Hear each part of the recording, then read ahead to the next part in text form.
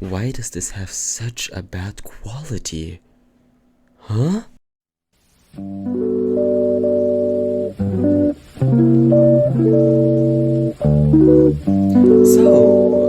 What can I say? Let's talk about self-hatred. Actually, no. That was quite a harsh intro. I apologize for that. But I think the first thing I want to talk about is how I came to this concept. Now, it all began with a very small, a very small addiction to social media apps. More specifically, short video content, also known as TikToks or Insta Reels, and yeah, I've kind of fallen down a rabbit hole of different videos and different genres of videos that some I'm not really proud of, some I'm quite disappointed in myself, but that's fine. We all have our weird side, and you know, let your freak flag fly. Freak flag fly. Sorry. No. I think there's a lot of good content out there, but of course there's also the flip side. And today I do want to focus on more of the good side, because the inspiration that I had for this piece, or the very first concept I thought of due to these short content videos, was inspired by this certain TikTok genre in which we have a video at the top of the screen, which is mostly, it's just certain moments, certain scenes, certain episodes of different TV shows, movies, etc. And they show it because a lot of these series are only available on one platform, so they show it on TikTok, but in multiple parts. And most of the time there's a different clip playing at the bottom of the video or even beside it. And most of the time it's kind of weird what is playing, because sometimes it's just, you know, someone baking a cake, someone decorating a cake. Sometimes it's chum hacks, and sometimes someone is playing with slime. Which also, I did not know that slime was still that popular. Like, I haven't seen it for quite a while, but I mean, go off. Like, that wasn't on my 2023 and 2024 bingo card. Like, girl, go off. But yeah, let's get back to the topic. Yeah, so there was this video series on TikTok about this movie, I believe it was, and there's this woman who marries or dates this guy, and as a gift to him, she hides behind a secret mirror door that they have in their home. And it's a very heavy-duty door, and just in general a very heavy-duty room, which I really found suspicious. Like, why do you need that? It looked like a bunker. Like, why do you need that? And also, it looks dank in there. Like, it was dirty, rusted, and just, no. I would not want to hide in there.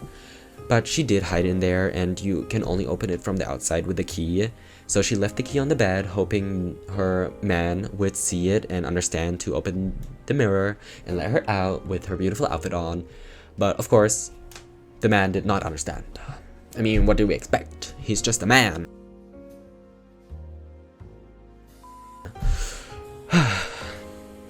Yeah, so he did not get that. He thought she left. And he got a new one. A new girly. And of course, he brought that girly home. The main character, the protagonist, sees them fooling around. And over time, the new girl realizes that there's someone trapped behind the mirrors. And she figures out how to let them out, but she doesn't, because she knows it's the previous woman. And the person knows that it's the protagonist, so they don't let her out. And over time, they are wondering if that person behind the mirror survived, so they go check. They get tricked by the protagonist, and they get locked behind the mirror while the protagonist can escape. She leaves the exact same hint she left for herself about opening the mirror. She left the same hint for the man, so he can maybe realize to let the other woman out. And then she just left. And girl boss. Really, girl boss. Really love that. But the whole point of me retelling this whole storyline is that I had the idea and just the inspiration to draw someone trapped behind a mirror and someone on the other side not really realizing it. That was really like the first idea. But like thinking over and really internalizing that idea and, you know, having a trip through my mind and doing some self-discovery, I just thought it was too boring. No, I really thought it was too boring. So I really wanted to give it more of a deeper meaning. So I thought, what mental topic and psychology topic can I talk about when illustrating this? A mirror. And you know what? Pretty simple idea, but self-hatred, self-loathing, like that's a topic that I think anyone can relate to. I think especially people watching this video, not calling you out, but also calling you out. I think a lot of people can relate to that, so I thought, why not do that? Now, before I go on talking about all the aspects that I want to talk about today, I do want to give a quick definition about it, because I did find it interesting what is said online. The definition for self-hatred, there isn't actually an official one. There's only one for self-loathing from my research. I might have not looked into it too deep and missed a few things, but from what I've read, I went to the Oxford Dictionary page. I'll probably put the link or the title or the name of that dictionary on the screen right now, but I did go into the page and look for the word. I only found the terms for self-hating, I believe it was, and self-loathing. And how they phrased it, hatred of oneself, especially of one's perceived or actual self, as opposed to the person one would like to be. So, more simply said, it's just us comparing ourselves to the idealistic version of ourselves and, you know, just seeing the bad things, the bad aspects and bad characteristics that we know we have, or the ones that we perceive. And after Googling the definition, I thought, why not look further into the topic of self-hatred and self-loathing? Why not just look into some statistics and some articles about it? And I did go onto Psychology Today. I don't know if it's that popular. I've heard about it in multiple podcasts and videos, but I just went, it was the first link that popped up besides Wikipedia, and I just looked at it, and I found pretty interesting what they said, because they define self-hatred as the continual feeling of guilt and low self-esteem, and in general just the emotion of hate towards ourselves, to our own consciousness, to our own self-image. And they talk about causes for this, and I think the main cause, which they also stated as one of the most significant causes, was the environmental circumstances. Either it be parenting, social groups, peer groups, or just in general the social environment we live in, and the social environment we are on online, in the internet, or in different clubs. It's pretty significant to how we see ourselves and how it shapes the views and opinions we have of ourselves.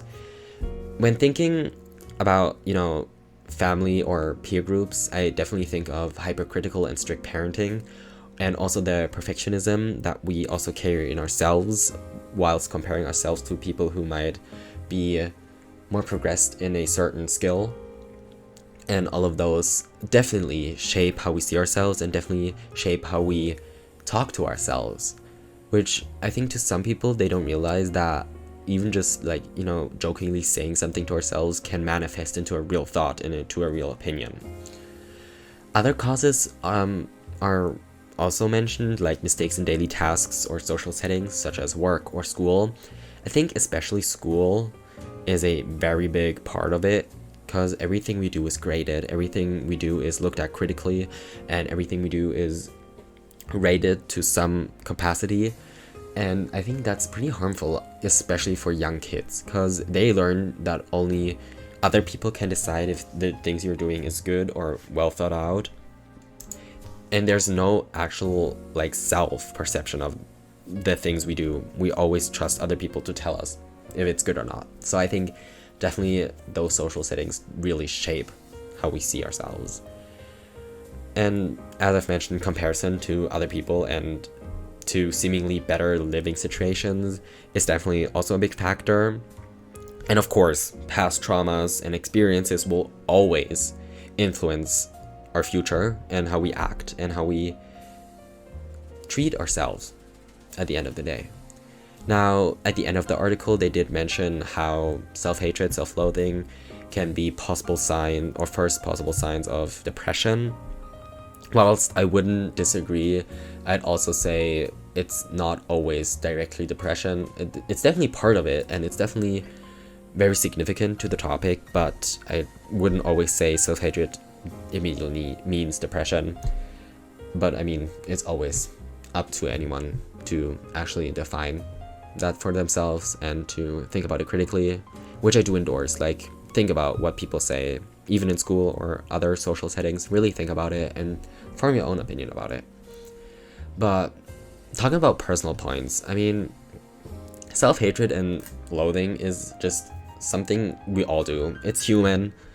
Girl, we all make mistakes. I mean, who hasn't in their life said something bad about themselves? Who hasn't critically talked about themselves? I mean, it's just human, and we can't avoid it, and we can't ignore it. It's part of our lives, and we kind of need to deal with it if we like it or not. And I will say it's a difficult situation, it's a difficult circumstance, and it's definitely difficult to talk about it.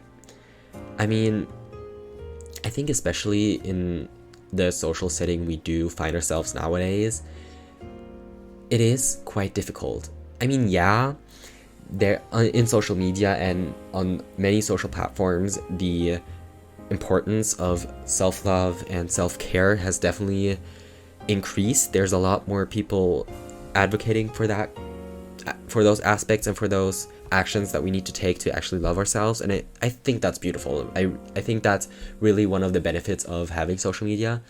But I think also we've learned that we can't really talk about our self-hatred online because it does come off as egotistical, arrogant, and just in general, a lot of people will comment they're just doing this for attention, stop being such a pick-me, which I find is maybe, in some cases, yeah, I can see it, I won't lie. In some cases, I'd be like, yeah, it's kind of giving pick-me, but I think in a lot of cases, it's just people reaching out for help or pleading for help.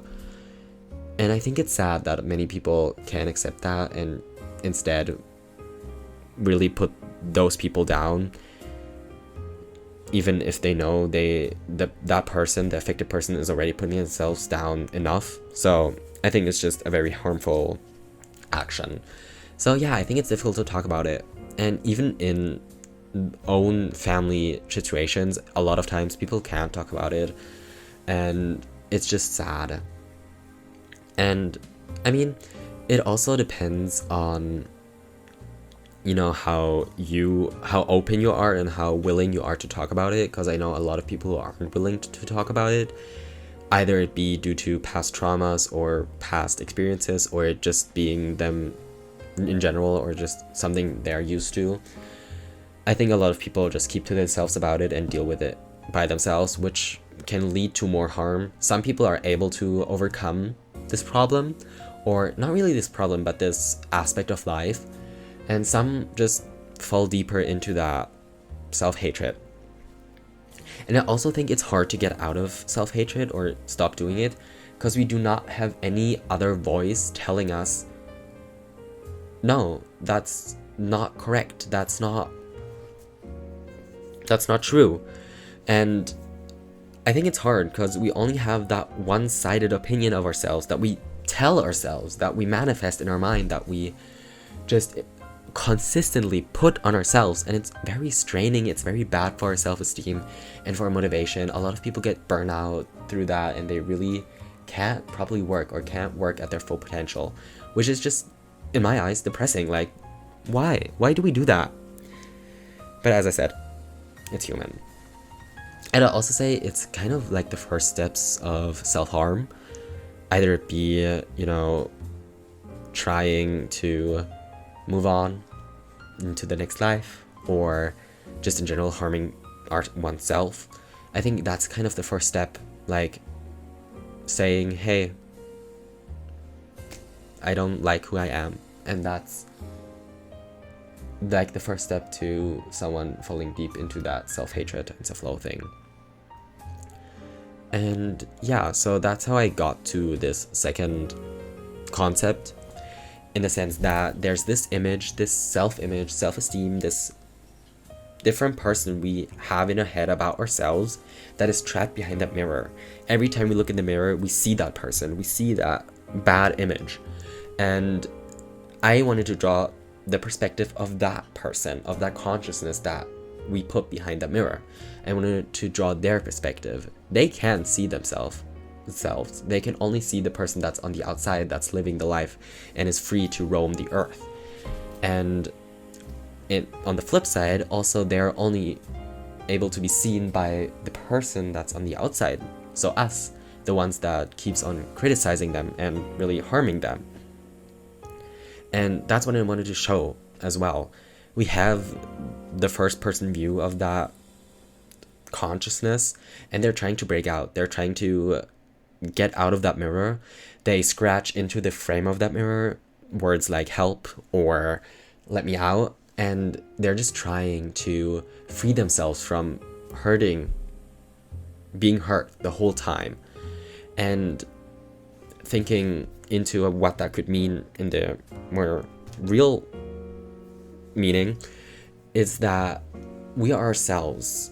We criticize ourselves so much and we harm ourselves so much that we do know it's harmful. We do know that it isn't good for us, but we still do it, and we still degrade ourselves. And it's not okay, and we know it's not okay, and we are hurt by it ourselves, and we know it hurts, but we still do it. And we have the person the person we see with the whole face, the one outside of the mirror. They blame the person behind the mirror. They give the fault to the one that's behind the mirror. So to their consciousness, to their imagination, to the image they have of themselves. And a big aspect I also wanted to show is that, as I've mentioned, only we can see that person. No one else can see it. It's up to us to start the healing, or it's up to us to show someone else.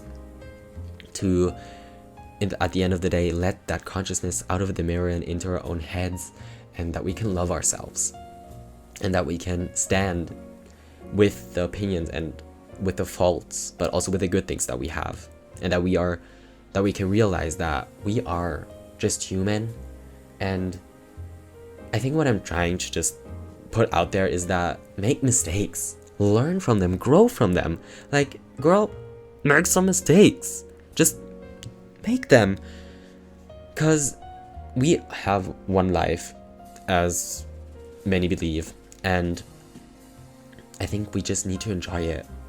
And if we do make a mistake, we can grow from it, we can learn from it, we can really change our ways after making that mistakes. So I do really encourage you to make mistakes, and of course not ones that will harm you permanently or just are bad for other people as well. Like, you know what I mean. Just make mistakes and don't put yourself down because of them, because everyone makes them and we're just human. Yeah, so enough of me talking. I really hope you enjoyed this video. There is still a few minutes to the video, but still, I'm going to say goodbye right now, and I'm sending a lot of love, a lot of hugs, a lot of kisses, and just in general a lot of love. And I really want you all to say something good about yourself today. Look into the mirror and give yourself a compliment, because that's also important. Lots of love, and I hope to see you in the next video, and I believe in you. Yeah, I think that's all I need to say today. So, goodbye!